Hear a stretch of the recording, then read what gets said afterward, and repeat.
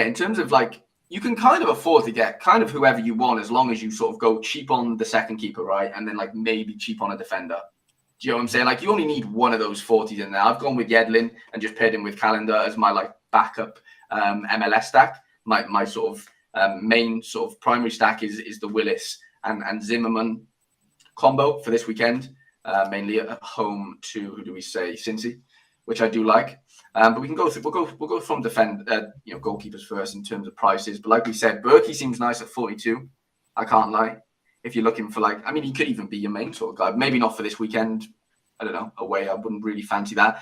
Dane Sinclair at 41. Quinny, I know you're a big fan, and I am as well. Kind of don't mind that. As like the second one. I mean, I'm even thinking about maybe swapping my Sinclair for a Calendar and then going for maybe a Minnesota defender. That could be something to go into. But I think Willis is. I mean, I think Nashville will have the most clean sheets over the season. If I'm being honest, right? Sometimes you have to pay for a bit of quality, right? There's a reason why his L15 is 57. Like, you pay for what you get in this world. But for the secondaries, I think you have to be shopping in those, those low 40. Well, you have to be shopping in the low 40s for that secondary. But it's nice to be able to have like two starting goalkeepers in that sense. And if you're picking one cheap one, Blake for 48. I know he's injured, but we're going to probably see that L15 rise when he's back.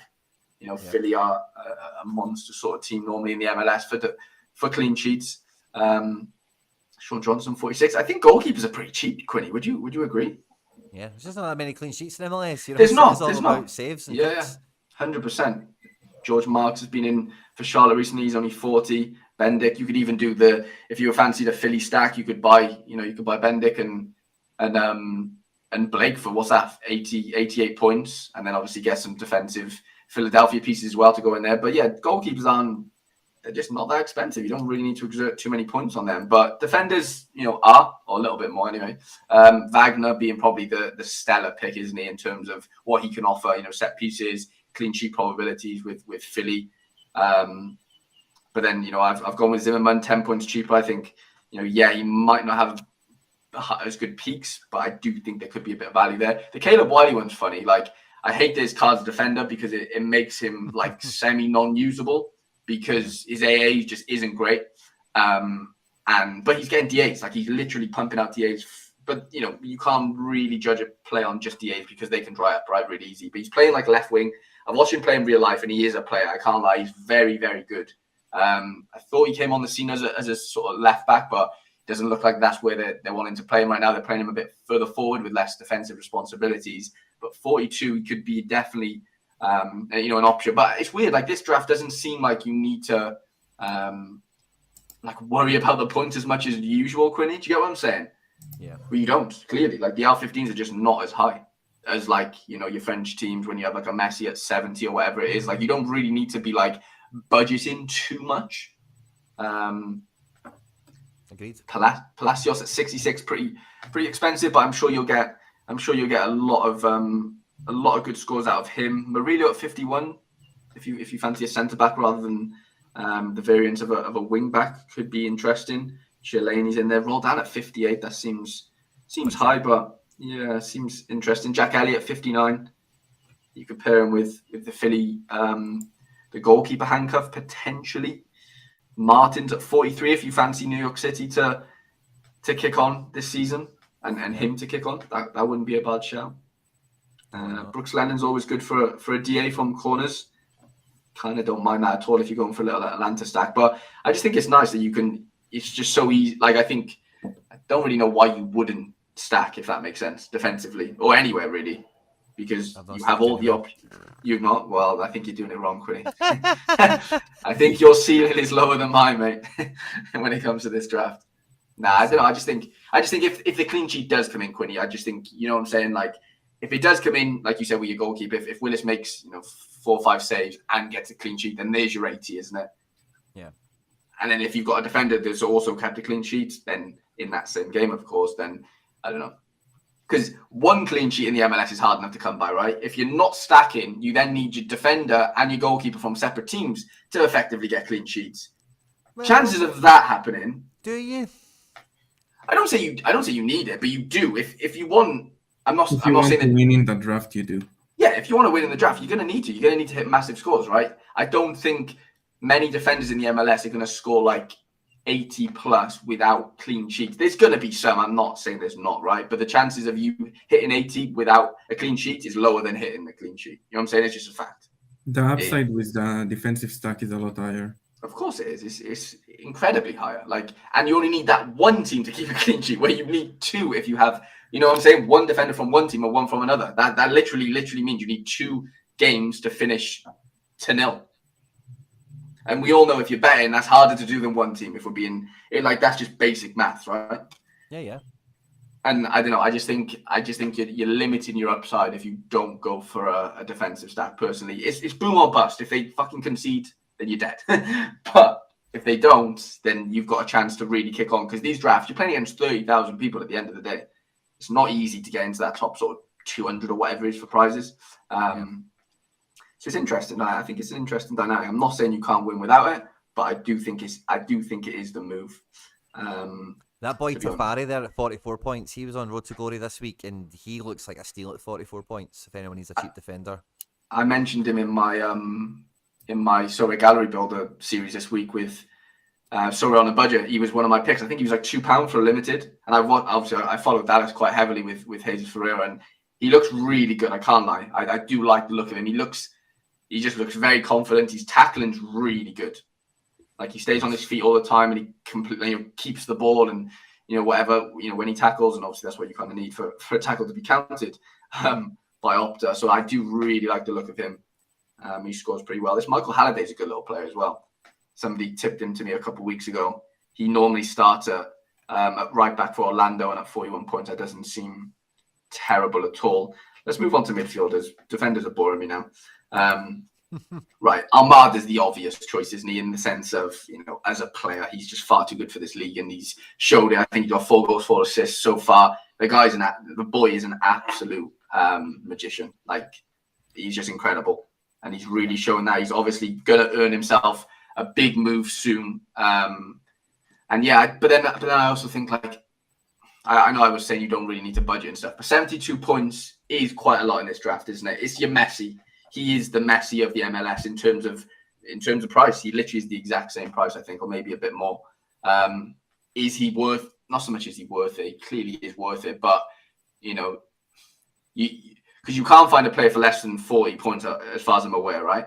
No, so the problem is then you're having to then find like 2 players that are like 40, basically, really to kind of like counteract it, because you can't just do one, really.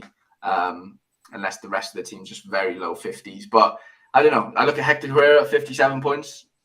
I like the look of that. I do like the look of that, because I think his L15 is only going to go higher. I think he's only going to improve in that sense. And it's kind of one of them things where, like, do you get in now before it kind of explodes? Whereas, like, on Almada, does it really get much higher?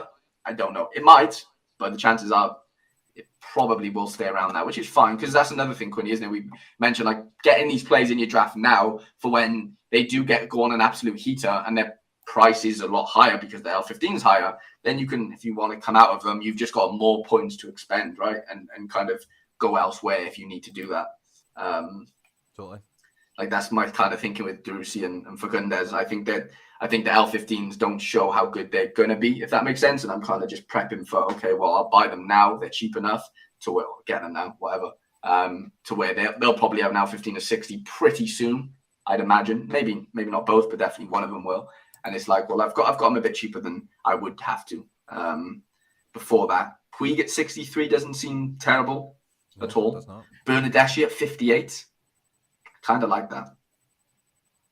Sorry, I don't mind that. Cifuentes at 40. I know he's not going to be like a nail-on starter, but if you need one of those 40s, I think that can definitely work. I think with the Almada question, it's more, can you build a team around him to make it worthwhile still? Yeah. Or can the team around him definitely still work? Because, like, if you can get him, you want him. But it's like, he's so expensive where getting him, does that kill your team? Because there's every chance, draft-wise, he will be worth less in a week or two, maybe. He's just off the back of 100 and stuff like that, He just needs a couple of games where he does 48 or 56 or something. Yeah. And that cost on the draft will come down quite a lot. So do you need him now? True. Is another thing. And Joe's saying no, you don't. You get the points back. That's what I kind of meant. Yeah, like if I buy Drusi or get Drusi at 54 now, and then when I want to get rid of him, he's at 60. I get 60 points. Is kind of what that works. No, you get 54. You don't get a 60. No, I believe back. you get the points you paid for. Yep. Okay, Because it doesn't you need to change. stay in the 400 budget. Okay. So like So if you were the paying only benefit's to 72 hold for it. Armada, you will get the 72 points back.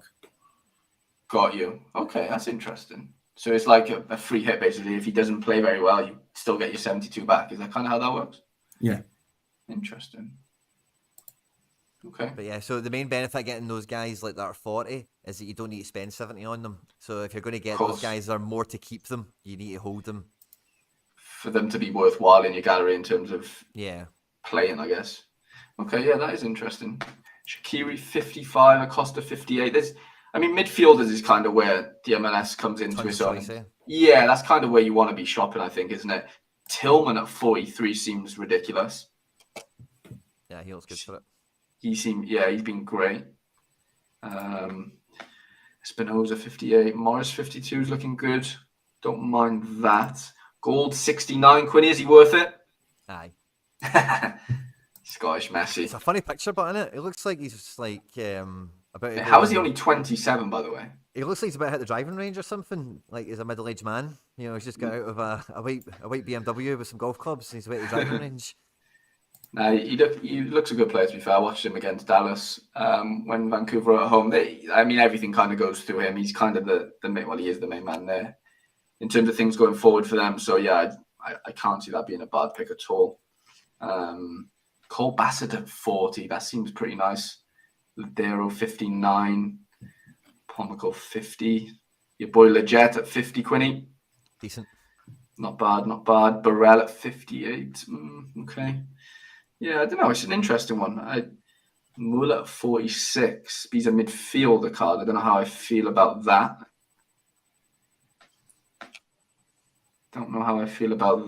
Cost of 45. Don't mind that. Pereira 56. So, yeah, midfielders, you got the pick of the bunch.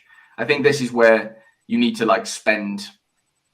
I think your majority of your points are going to come from your midfielders, in theory, in the sense the peaks, and you got to make sure that those guys are the ones that are just highly valuable in their team. That they're on pens or whatever it is. They just need to have a massive involvement in your scoring, I guess. And then moving on to forwards, when it loads, we're quite far down. Here we go. We're back. I've gone for Bouanga and Copetti myself. I want to get in on the Bouanga train now. I would have liked to have gone with Vela and Bouanga, but I didn't have the points to do so.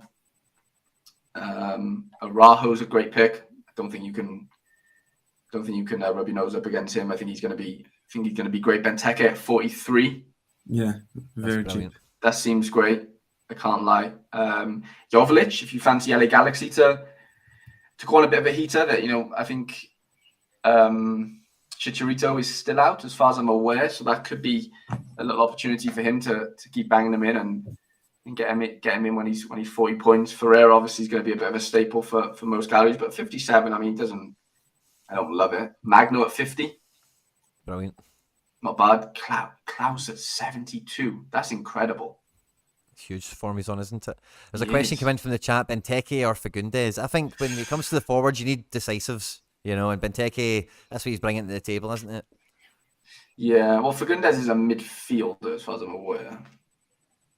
Are they on about Diego Fagundes? Maybe the extra spot. Maybe they've got the option. Yeah, if it's the extra. Yeah, it depends. Depends how do you think Benteke is going to score at home to whoever they're playing? Then if the answer is yes, then you probably have to play him. I think we fancied DC in the preview. We did, yeah, for sure. No, I think that makes sense. That does definitely make sense. Morris 45, okay. The Brenner Vasquez little combo, if you fancy that. Love it. Don't mind that. Maybe go with Acosta and maybe one of the two forwards if you don't fancy going with two sort of Cincy forwards. Abobasi 56. Yeah, everyone's kind of in and around the same sort of area, aren't they, really? Velasco 65. I don't know.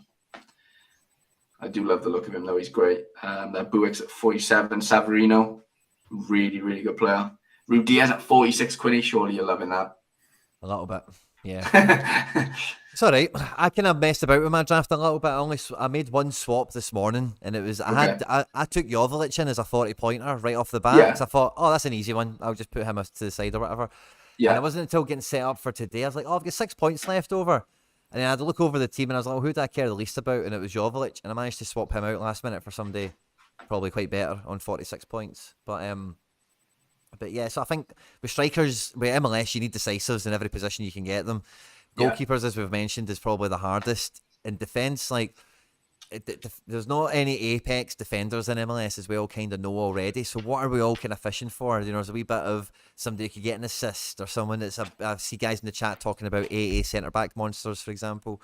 Because clean sheets, even for the defenders, you're not really building that into the price. You're not thinking, oh, this defence is good for a clean sheet, because otherwise you'd probably go and get that goalie, you know. So that's why I was a wee bit also earlier like, I don't think you really need to think about clean sheets for this draft too much. I don't think they'll be that influential, you know, for the most part. But who knows? Yeah, we know. Your first team, Harry, how you'll be lining up? I do, yeah. Just checking the chat. Yeah, I know Buanga's away with Gabon. I'm just getting him in ready, basically. So going with one forward, we're going with Willis and Zimmerman at the back, at home to Cincy. We're going with the Austin FC boys, Druisi, and, well, we'll go Capetti for Charlotte front on his own. But yeah, we're going with the Austin, Charlotte, and Nashville stack, all at home. Favourable fixtures. Yeah, I fancy Capetti to grab one. I hope, obviously, Austin sort of dominate their game and score a couple, and my boys are involved. And then, yeah, I'm obviously rooting for that clean sheet. For the Nashville boys, in terms of captain, I think I've probably got to go with Druisi. I know he's a midfielder now. I don't know how people feel about that, but I'm going to do it regardless. I think he's most decisive, capable here, even though you could argue Capetti is as well. I do fancy Druisi to get some decent AA alongside that, but that's kind of what I'm going with, Quinny. What do you think? Love it, mate. I love the stacking, even though it's not my cup of tea, but I love the midfield, the defence combo, and then just getting a striker that works. Yeah. Love it. And then obviously Buanga can come into that then when he's sort of when he's back in the fold, and I can, you know, if I need to go two forwards, I can with Capetti and him. If Charlotte don't have a great fixture, then I could obviously bring Buanga in. He's pretty fixture proof, Buanga. He's way too good for the league. Doesn't really matter who they're playing. He's kind of one of them where, like, you just throw him in, it literally doesn't matter, which is nice. That's something that I think people maybe overlook in that sense. Like those players who just literally don't even have to bat an eyelid, and you just know that they're going to be fine. Not necessarily, he might not score. It's just the nature of the beast, right? It's football, but you can kind of just go into the game knowing that he's a bit too good for the league, and the chances are he's probably going to score. Yeah, I'll go with you on that one, buddy. I think I made my team thinking about just getting stuck straight into it, kind of similar to you with the Buanga kind of thing. And I'll put my team on screen now. Won't be the team I play this game week because I know Almada's away, but this was the team I built when I ran through it, and I was thinking MLS fantasy team. I went out and I got Burkey in goals. I went and got Yaimar for defence, and then got Thiago Almada and Druisi in midfield with Magno up front. So I also can't play that this week, you know, but the other draft picks I made, I brought in Dane St. Clair, so I actually got both the goalkeepers you mentioned, Tarry. So I spent 83 points on Burkey and Dane St. Clair, and I think I've saved some coinage there. Yeah, really clever. Really clever. I took the defender Kufri that I told you about. Yeah. And then, obviously, you know, but both midfielders, I need to drop one of them now because he's away with Argentina. But then the other spot, I swapped out Jovic for Jordan Morris. So I don't have a stack. I'm not stacking, but I've got two NYC players and I've got two Seattle players, strikers and forwards. So I don't know if you call that a stack. You probably don't. But yeah, it is. It's not a stack. It's definitely not a stack. Defenders and forwards are not stacks. Well, you never know if that defender's. Well, if either of them are set piece taker and the defender's in the box, you know, there's definitely a higher chance of that happening when they're on the same pitch than not. Do you get what I'm saying? Totally. I think before we... So, Jonathan, what was your draft team, mate? Have you did the MLS draft? How did you work your team out? You want me to share the screen? I'm not... let's give it a try. I'm not confident I'll be able to pull it off, but let's give it a shot. You have a wee button where you just like share and allow access or something. So at the moment. If you can find that one, awesome. And then share it now. I think this might work. Boom. Sure. I've got it. Brilliant. It's a bit. If you could scroll a little bit in, mate, in terms of zoom in, just a touch. Yeah. I think that's. But I know that would be fine. Actually, I fixed the screen. I think I just had it the wrong way. That's all good, mate. Okay. Oh no, that's my screen. Sorry, ignore me. Ah, there we go. Oh no, that's Harry's screen. 2 seconds. Oh, there we go. There's Jonathan's screen, buried at the back. We found it. Okay. Yeah, so I've gone with Buki, Kai Wagner, Klitsch and Benteke against New England Revolution, and then What? Copetti. And I've gone for Under Blake when he comes back to stuck with Kai Wagner Nice. Yep. and Thiago Almada. Hey. Love it. Yeah. I love that. So you're heavily fancying DC United this weekend, then, Jonathan? Yeah. Yeah. I think Klitsch is on a good form, Yeah. and Benteke can score. So, Yeah. yeah, 100%. Klitsch 90 last game, Benteke 69. Like it. I So like I it. just moved the captain to Wagner actually.